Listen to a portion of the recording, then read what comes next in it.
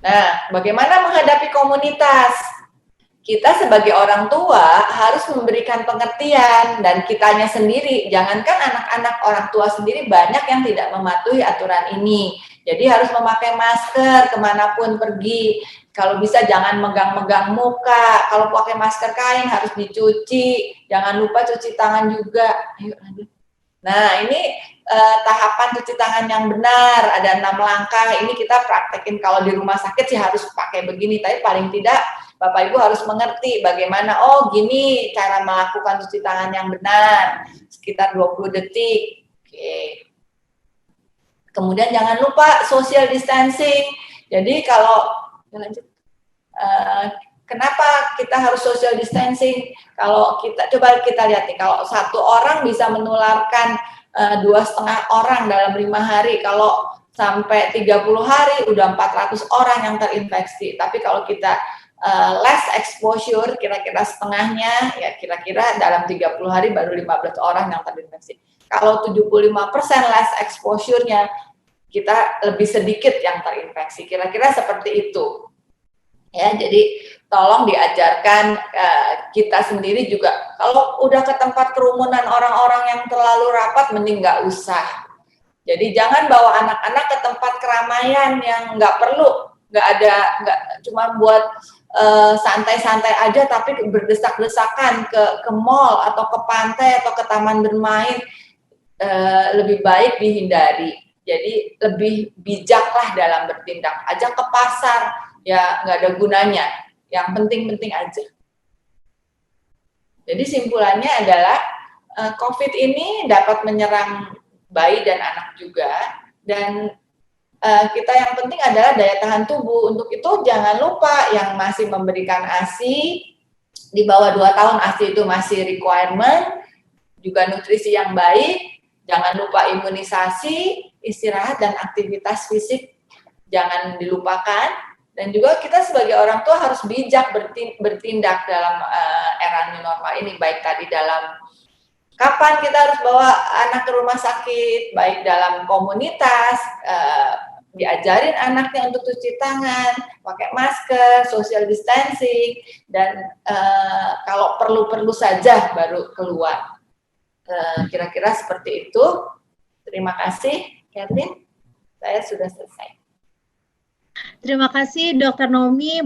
Oke Bapak Ibu dan teman-teman sekalian, tadi Dr. Nomi sudah menjelaskan bahwa tentang pentingnya kita menjaga kesehatan gitu ya Dok ya. Kalau kita lihat di sini kan tindakan pencegahan tidak hanya dari luar dengan menghindari mungkin kerumunan, tapi juga yang terpenting adalah bagaimana kita dari dalam menjaga sistem imunitas kita sendiri. Oke dokter, kalau saya lihat di sini kayaknya sudah banyak pertanyaan yang masuk. Saya boleh bacakan ya Dok ya. Mungkin saya bacakan 2 pertanyaan terlebih dahulu.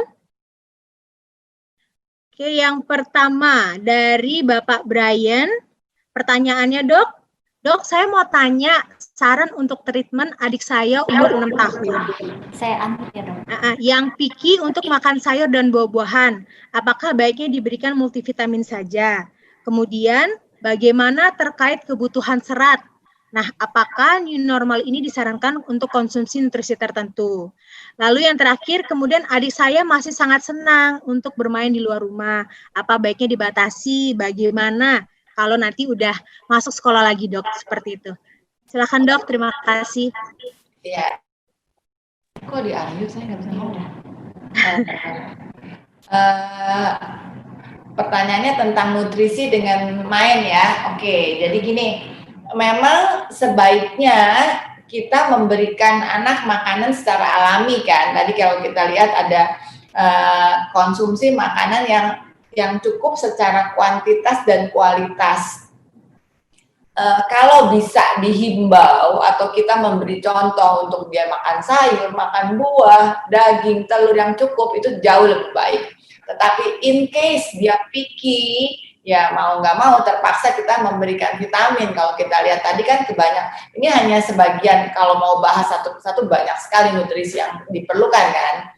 Jadi ya terpaksa kita memberikan vitamin suplementasi untuk mengkompensasi karena dia tidak dapat secara alami, mau tidak mau.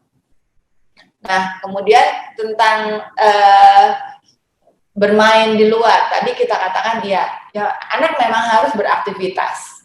Di luarnya seperti apa? Kalau memang masih main di luar tetapi nggak kerumunan, ya silakan. Dan ya dipantau lah. Jadi itu tadi yang saya bilang sebagai orang tua harus wise. Kalau main di halaman rumah, ya oke lah, dia harus kena matahari juga, dia harus juga main, aktivitas harus ada, tetapi tidak berkerumun. Tidak yang rame-rame, deket-deketan, nggak usah yang begitu. Tapi dia harus diberikan kesempatan untuk beraktivitas. Oke, terima kasih Dr. Naomi untuk penjelasannya. Semoga dapat menjawab pertanyaan dari Bapak Brian. Kemudian saya lanjut, tadi kan karena tadi satu pertanyaan isinya 3 poin. Ini saya langsung lanjut ke 2 pertanyaan selanjutnya ya, Dok ya. Iya. Oke. Pertanyaan pertama dari Ibu Lita Dio, di saat seperti ini, apa anak harus tetap imunisasi sesuai jadwal atau sebaiknya ditunda? Tadi sebenarnya dokter sudah sampaikan, mungkin boleh disampaikan kembali, Dok. Kemudian yang pertanyaan selanjutnya adalah dari Bapak Ahmad Zakaria.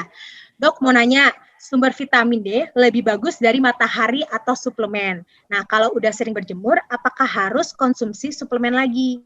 Kemudian yang terakhir, aktivitas fisik untuk meningkatkan imunitas juga berlakukah bagi dewasa? Dan kemudian batasan minimalnya aktivitas fisik untuk dewasa seberapa, Dok? Sekian dulu. Terima kasih, Dok. Oke, jadi tadi yang pertama imunisasi ya. Oke. Iya. Itu udah ada himbauan dari IDAI. Jadi bertindaklah bijak. Imunisasi tidak boleh di-skip. Tapi kalau takut oke lah tunda. Tapi kan kita nggak tahu mau tunda sampai kapan. Coronanya habis kapan kita nggak tahu kan. Jadi nggak boleh di skip. Kalau maupun ditunda 2 minggu masih ditoleransi. Ya jangan sampai nanti setelah wabah kita malah wabahnya setelah wabah corona wabahnya jadi ganti wabah yang harusnya kita bisa cegah secara imunisasi. Kemudian vitamin D. Sumbernya vitamin D kan tadi kalau kita lihat di slide ada sumber dari matahari, ada sumber alami dari makanan. Nah, tergantung Pak levelnya berapa. Apakah kita perlu mengkonsumsi suplemen vitamin D? Tergantung. Masing-masing kita bisa tes level vitamin D-nya berapa. Kalau ternyata kurang, ya mau nggak mau kita harus tambah suplementasi. Tapi kalau udah cukup ya kita bisa aja maintenance dengan sinar matahari. Kita bisa makanan dengan kita konsumsi makanan yang cukup kualitas dan kuantitasnya. Jadi itu individually different. Kapan kita suplementasi atau tidak, ya. Kemudian apa tadi? Yang aktivitas ya. Oke. Aktivitas itu dibutuhkan oleh semua usia. Tentunya disesuaikan. Jangan udah 60-70 tahun disuruh lari ya enggak lah, mungkin kalau aktivitasnya jadi tergantung dengan aktivitas sesuai usia. Kalau anak kecil lari-lari sepedaan ya nggak apa-apa gitu loh, tapi kalau udah agak lanjut ya mungkin jalan cepat, jalan aja setengah jam misalnya. Jadi aktivitas itu diperlukan oleh semua orang, tapi disesuaikan dengan usia dan kondisi fisiknya, gitu. Kira-kira seperti itu, mudah-mudahan bisa menjawab. Baik, terima kasih dokter. Jadi untuk Pak Ahmad dan Bu Lita, tadi sudah dijelaskan sangat detail oleh Dr. Naomi, semoga dapat menjawab pertanyaannya. Jadi tetap namanya aktivitas perlu dilakukan, tapi kita juga harus lihat kondisi fisik kita ya dok ya. Kemudian dokter, ada satu pertanyaan dari Bapak Edi Santo Guntur. Dokter, tadi kan bicara vitamin D, sebenarnya nyambung dari pertanyaan Pak Ahmad Zakaria. Nah, sebenarnya jam berapa sih sebaiknya untuk berjemur?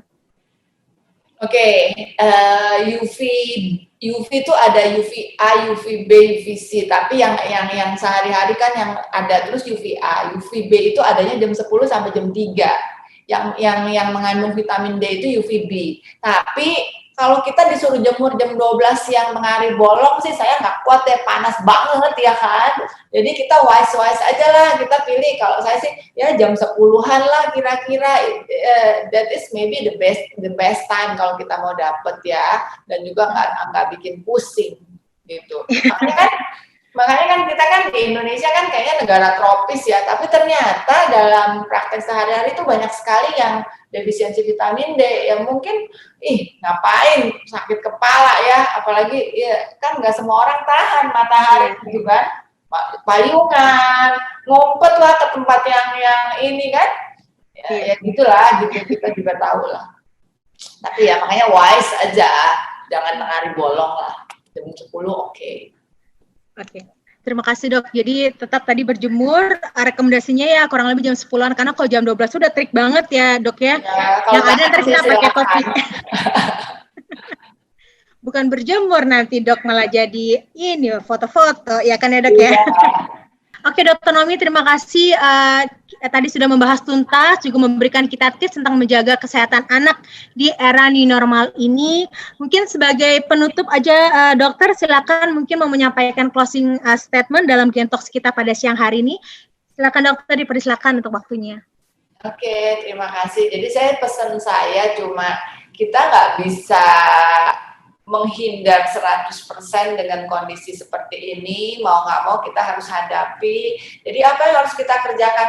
Ya, do your best, perkuatlah daya tahan tubuh sendiri, anak-anak, dengan apa, kalau yang masih menyusui, jangan berhenti, itu ASI is the best, buat imun anak, bayi. Kalau udah selain itu, makanan yang nutrisi yang kualitas dan kuantitasnya cukup, istirahat, activity, jangan kebanyakan gadget, jangan lupa imunisasi, and be wise. Oke, kira-kira. Oke, Dokter Nomi, terima kasih banyak untuk waktunya dokter. Sama-sama. Ketemu lagi dok ya. Yuk, bye, thank you. Dokter, bye, thank you so much.